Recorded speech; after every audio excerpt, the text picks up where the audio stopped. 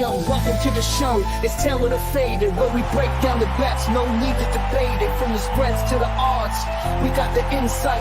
Tune in, lock in, we keep it real tight. Whether you're a rookie or a seasoned vet, we got the picks that'll help you win the bet. From the court to the field, we analyze the game. Taylor the Faded, remember the name.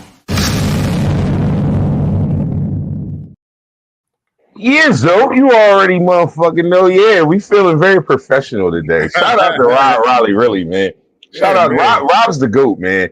I don't know. He like you tell Rob, yo, Rob, I need an intro. Rob will have you an intro that same day, like, and it'll be that clean. Like Rob did that shit yesterday morning. He said, "Hey, yo, I'm working on something for y'all," and I was like, "All right, cool." And an hour later, I had that, like 2 versions too. That was the second version. I mean, if anything merits a guest spot at some point, you tell him whenever he's. Let me tell you what's funny about Rob. Rob hates sports. He would be so he wouldn't have he's not even a sports guy, but That's he still was able to create that. That's even extra on the love, man. Exactly. The references were clean. Everything was right. But either way, welcome to episode number 3 of Taylor the Faded. Boy KP, my good brother TY over there. What's good, sir? How are you? I'll be better if Sam Darnold gets me 2 touchdowns passing, but otherwise, it's Sunday, weather's nice. I got no complaints. Yeah, I mean, it is a beautiful day. We took a couple weeks off. I was asked why we took a couple weeks off, and simply because we just weren't happy with our results. Not that we are professionals per se, but we bet enough that we felt like the level of success over the first 2 shows should have been more substantial.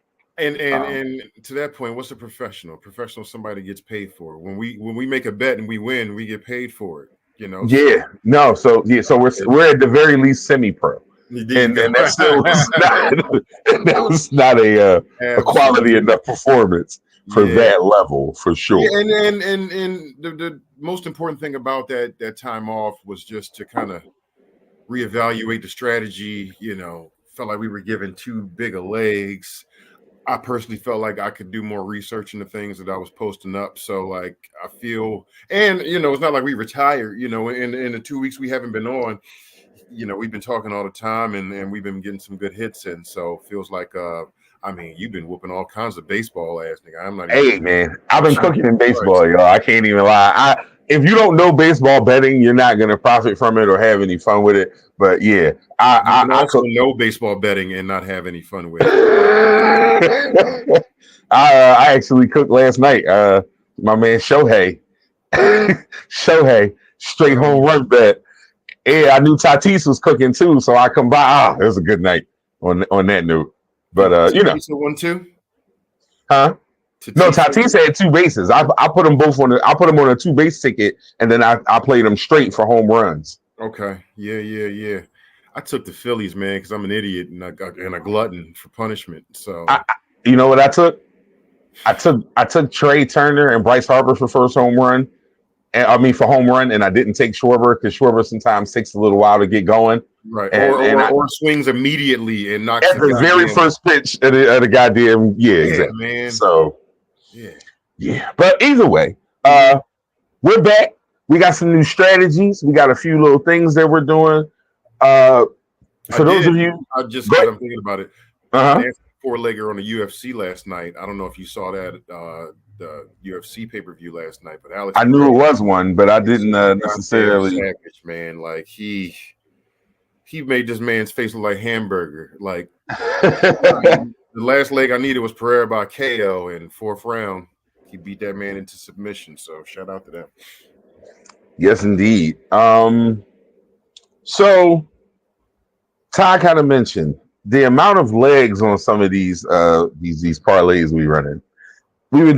We tried to keep it light with like 4, but even as we progress, we realize now that 2 and 3 are like the way to go. For me personally, I'm gonna be hitting y'all with a lot more streaks. Like that's just the way I've been surviving and succeeding. The only bets that we've hit so far on this program have been straights. So I'm gonna be hitting y'all with some more straights. But we have this thing that we're embarking upon. Me and Ty. Yeah. We decided to Ty. I'll let you explain what it is because I'm still putting bets in the. I was the one after like beer number 4 that just called you like 10-day challenge. I was still coherent enough that it sounded good. So here's the deal: for 10 straight days now, we haven't decided if we're going to do 10 straight days or if we just take a day off and then resume and make like Thursday day, because Wednesday might only be well, actually there's a lot of college games. There's at least one college game every day right next week. So either way, we'll discuss that. But the goal is you start with $10, you bet the $10, you turn 10 into 20, 20 into 40, 40 into 80, 80 into 160, so forth and so on. And by day 10, theoretically, if you don't cash anything out, you would be making a bet somewhere in the $500 to $5,500 range. And if that bet hits, it would be $10,000. So okay. The odds that we're looking for, he and I both come up with one bet, and we try to keep the odds of our bet, I would say, between -1.5 and -290 ish. That makes sense once we start winning and we explain bets a little better. But so we started yesterday just because felt like get a win in the pocket and then come on and then we can talk about day 2. And so forth and so on. And day 1 was a success. There it is right there. Oh, there you go. Yeah. I chose that UFC fight would go the distance. And Kev chose Arkansas plus 18.5, which meant in order for that to lose, it would have meant Arkansas would have needed to lose by 19 points or more. He's immediately thinking, if I knew these motherfuckers were going to win, I just would have took a money line and we would have made more. But the goal is to have that. If the 2-leg parlay you see right under that little trophy, it should at least be -110 and up for us. If every day we do one -110 and up, that's kind of our goal here. So we already put together that one yesterday. That hit. So that was day 1. So we put $10 on that. Day 2 bet, we just discussed, and we put that. My bad. No, you're fine. It's perfect. That was perfect. All right. That was all right. I didn't know if you was ready. My bad. We okay. We ready. So, like I said, day 1, we put $10 on it. We doubled the 10 and the 20. It was 20 plus, but just of metrics, we just making this one 20. So this is day 2. Higgins, 4 receptions against the Baltimore Ravens. DK Metcalf over 24.5 yards for his longest reception. It don't matter if he has 70 yards receiving, 170 or 370. We need one pass reception of his to be 25 yards or longer. He's done it at least the last 3 weeks. He's might have done it 4 weeks. I'm not 100% sure. When I was doing my research, I only went 3 weeks back because I'd be thinking week 1 is more of like an aberration than a trend. So so this is going to be day 2. We will discuss day 3, and we will post that, on all the appropriate channels. Or I'm not even going to say or, because there's going to be a day 3, and we will post it. Yeah, absolutely. We are going to post it because, again, like he said, there will be a day 3. So once again, today's part of for y'all, this will be day 1. This is the bet. I will post the bets on both Instagram and Facebook once we win, and you need for tomorrow's bet to go on and join the challenge with us. This is our 10-day challenge pick for today. T. Higgins, 4 receptions. DK Metcalf, longest reception, over 24.5 yards against the low. And the New York Giants have treated us well, by the way. That is the entity we have survived on in our first 2 weeks was simply betting against the Giants. And it worked. I must say it worked. It was successful, and I am not mad at it at all. So I don't know if you did any straights that you wanted to share, but I do have one in the same vein.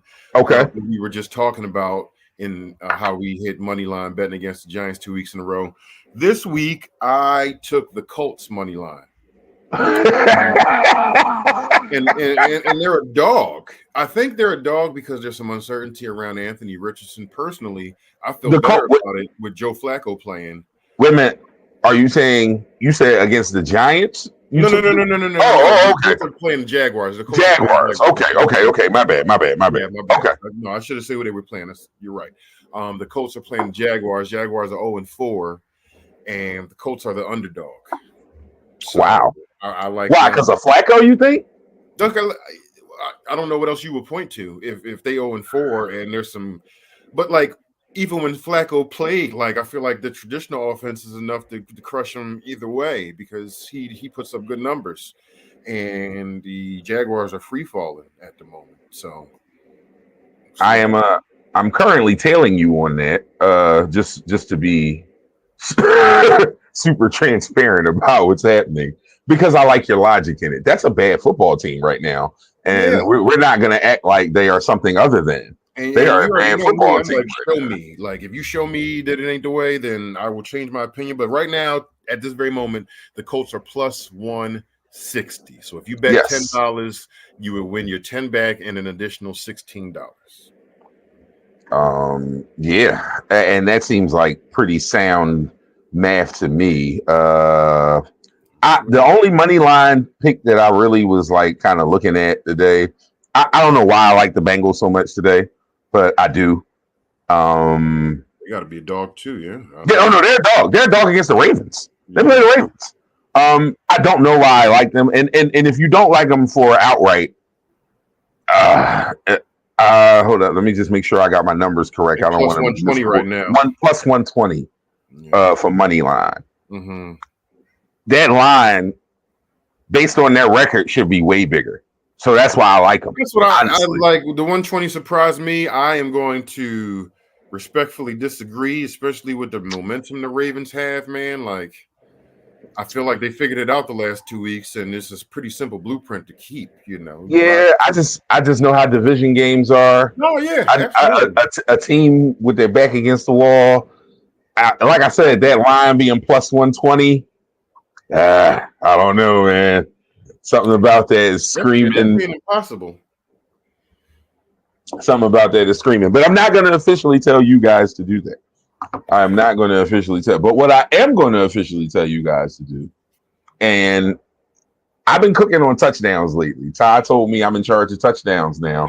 So, and he says that half jokingly. Only because of how well I've been doing. It was a full series. So this is one me and Ty talked about. And the NFL is always one of those weird places where people have motivation that needs to be falsely conjured up. And this is one of those false motivation tickets, like Stephon Diggs against this old team, even though it's in Houston and not in Buffalo. Because in Buffalo, I would pick Diggs to go crazy, if we're being honest. And DJ Moore playing his former team, the Carolina Panthers. Both of these wide receivers, first, wide receivers are divas in general. Both of these wideouts didn't necessarily have the best exit from their previous places. And, you know, I see this as an opportunity for both of them to make a statement. In DJ Moore's case, I guess he's 1A because, like, there's Keenan Allen's there, but Keenan Allen's not like San Diego Charger Keenan Allen. And they also got the rookie young boy. More importantly, Caleb Williams ain't Justin Herbert. Yes. So he's still kind of figuring out things. Like Keenan's still getting open. It's just, you know, you got dude playing in game 4 or 5 of his who stinks. Career, so. Let's be honest. He stinks so far. He's not very good so far. Absolutely. And it don't help that Jaden Daniels is steaming Willie Beeman. So like it's like last year where you kind of figure Panthers made a poor choice. My name is Willie. It was only just exacerbated by seeing CJ Stroud just whoop all kinds of ass. We're kind of in that same vein right now. My name is Willie. Willie Beeman. Cooking right now, bro. Like, and it ain't just running. Like you expected him to run, but he's like 80% tossing the pill. Like, get the fuck out of here. No. One with an under on the yards, but that was because it ain't gonna be no more of them for sure. So let me explain to y'all how I'm gonna work with these. The way my touchdown picks work, I do them in packs of 2s. I play each one straight, but I combine the 2. So I got 4 touchdowns for y'all, but they in two packs. This is the first 2 packs. Stephon Diggs and DJ Moore. I'll be honest with you. I simply like the nostalgia of this pick and the energy attached to it. I am not insanely confident about both of them. I feel good about Diggs, DJ Moore. I don't know if I trust the Bears. The only reason I'm even putting money on this is because they're playing the Panthers, who are just a really bad football team, top to bottom. They fucking stink. Diggs that is counter to my usual line of thinking is that he does not have a receiving touchdown yet this season. So if anybody's due in any scenario, it would be him against his old team. Yeah, because his touchdowns have come by way of the rush, which is weird. Because he scored this year, but he just didn't score a receiving touchdown. Yeah, very strange. So that's my first 2-pack. Stefon Diggs straight, DJ Moore straight, and then combo the two. 2-pack number 2. This is the one that I like a lot, though. Not even gonna lie to you, I like this one a lot.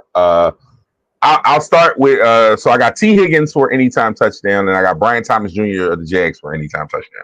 Mm-hmm. My thinking in that, number one, Gabe Davis is a little banged up for Jacksonville, so it's Christian Kirk and Brian Thomas are the clear top two receivers. Right. I'm not sure where the hell Evan Ingram got off to, but he fucking stinks this year. He hasn't found a way to get open or impact any game. I know that because I've lost money on Evan Ingram so far this year. I think he's actually hurt, if I'm not mistaken. He might.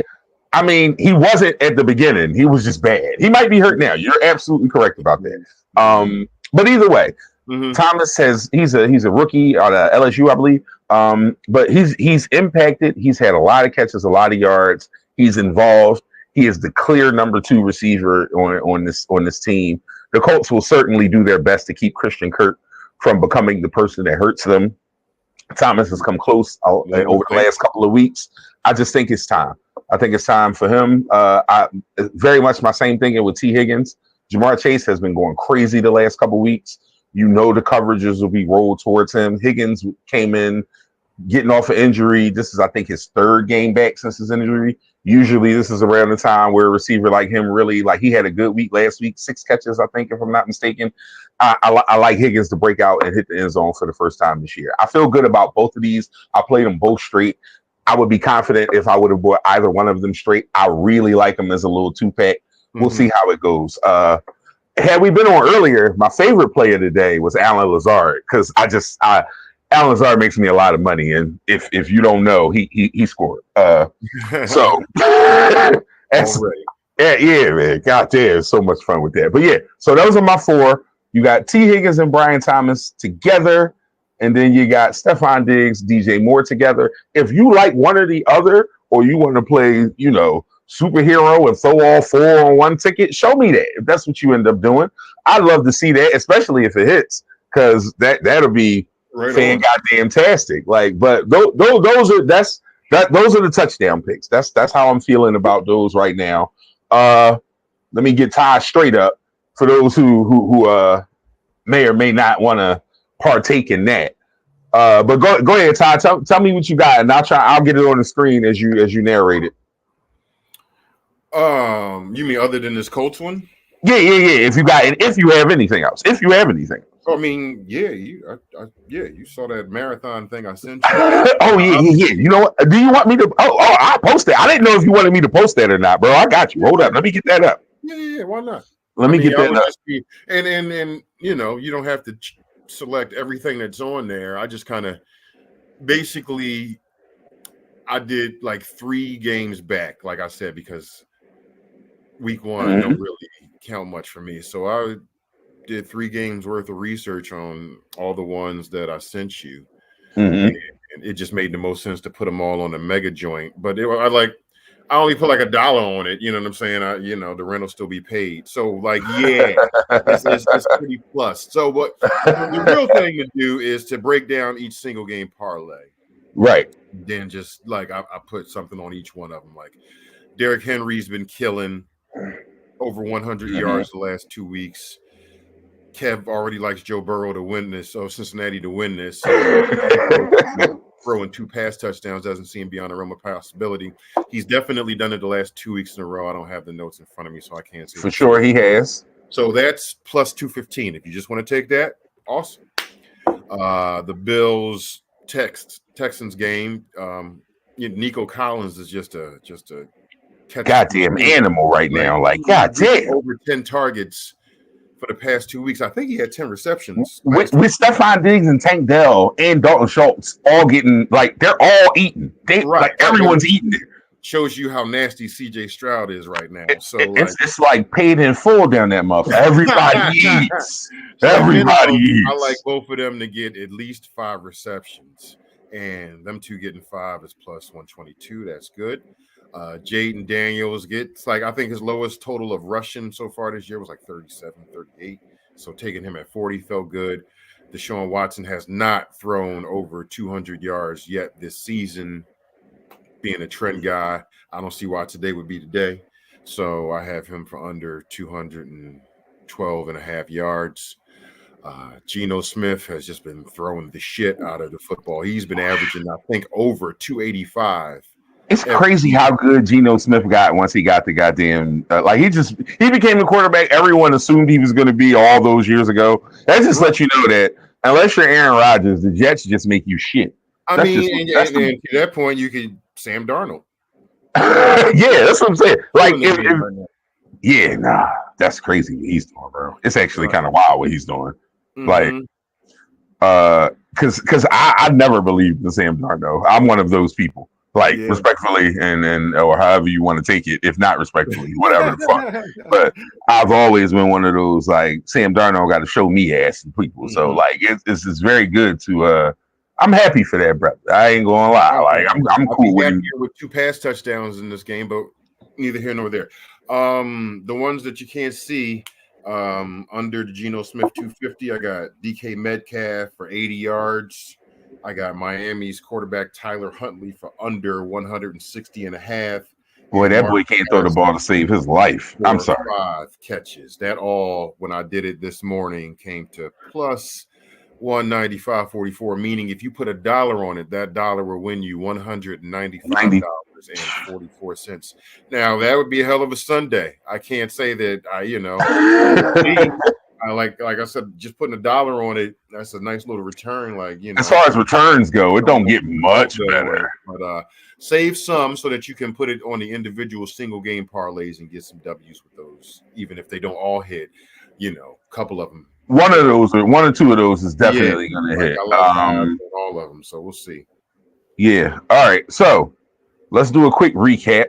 This is the mega ticket right here. Like a lot of little 2 pops to get you a big bop. However you want to look at that, But so this is the big boy. We got a straight for the Colts. I'm telling you that I'm taking the Bengals straight. I'm not telling you that you should. I'm telling you that at plus 120, when that line should be at least plus 230 based on the Bengals play, I'm taking the Bengals. But, based on the Bengals play and the Ravens' recent play. Yeah, exactly. But based on those 2 things, that line should be. You could even see plus 320 or some shit like that. Not even okay. Yeah. Yeah, right. I wouldn't be mad. That plus 120 tells me something's up. And I'll take the risk on it. You can take it with me. We're not making that an official play. What is an official play, and this is my favorite play of the day, if you play both of these straight or together, my favorite one, T. Higgins, Brian Thomas, T. Higgins of the Bengals versus the Ravens, Brian Thomas of the Jaguars versus the Colts, wide receivers, touchdown for both of them. That is something that I am riding with heavily today. My other 2-pack of touchdowns is Stephon Diggs and DJ Moore, both playing against their former teams today. I am taking both of them straight and combining them on 1 ticket for a touchdown. And most importantly, the most important one, the 10-day challenge ticket. This is the first day for you all who are tailing us. This is day 2 for me and Ty. We were successful yesterday. Let me just show you all that. We won money yesterday. We took that money that was won and we invested it in today's favorite picks from the 2 of us. T. Higgins for 4 receptions, DK Metcalf for at least 1 reception over 24 and a half yards against the woeful terrible. Now, every time I get to slander the New York Giants, I don't know if you noticed that. I'm very, very into talking bad about the New York Giants. As you should be. As you should be. So I'll be on socials all day, following some of our picks, giving y'all updates. I'll do a recap, post everything. Most importantly, when our 10-day challenge ticket hits, I'll be letting y'all know when and where y'all can find day 2 of how it goes. And if for some reason, lightning strikes and we're not right on the 10-day challenge, guess what? We starting right back tomorrow. So I'm still going to be right there on the socials, posting that for everybody. I'll post it early enough for everybody to tail it and do all the things. This is the start of a streak, y'all. 2024 is the year where Ty Kev, Team 87, gets us 10 days. We get 10 straight days. 10. And we get to gloat on that shit for the rest of our lives. Baseball playoffs, hockey season started. It's enough sports for us. Like, we can get y'all 10 days. So stick with us. Like I said, you got about 50 minutes or so to get your bets in. I'm gonna run this right back as soon as we get off. I'm gonna rerun it so that it's running while y'all doing it. So if you need to see anything again or hear anything again, stay on. It's gonna come right back on in like 5 minutes and then rebroadcast up until I'll post everything so y'all can follow. And if you tell any of these picks, post your tickets on something, Facebook, Instagram, somewhere. If you're following LAP on Twitter, go there and post your tickets. Anywhere you can follow us. If you follow the ticket, post it. Let us know. Tell so we can all be angry or happy together. And just the week though, y'all. Just the week. Me and Ty said it. We spoke it into existence. Just the week. It's the start of many weeks is the whole thing. The week that starts it. Yes, indeed. So with that being said, we're gonna take y'all out with this wonderful theme song. Shout out to Rod Riley, really, man. I really that brother, like I said, clutch as hell, man. We'll see y'all next week. Taylor the Faded, man. We about to get this money. You already know. Yo, welcome to the show. It's Taylor the Faded, where we break down the bets. No need to debate it. From the spreads to the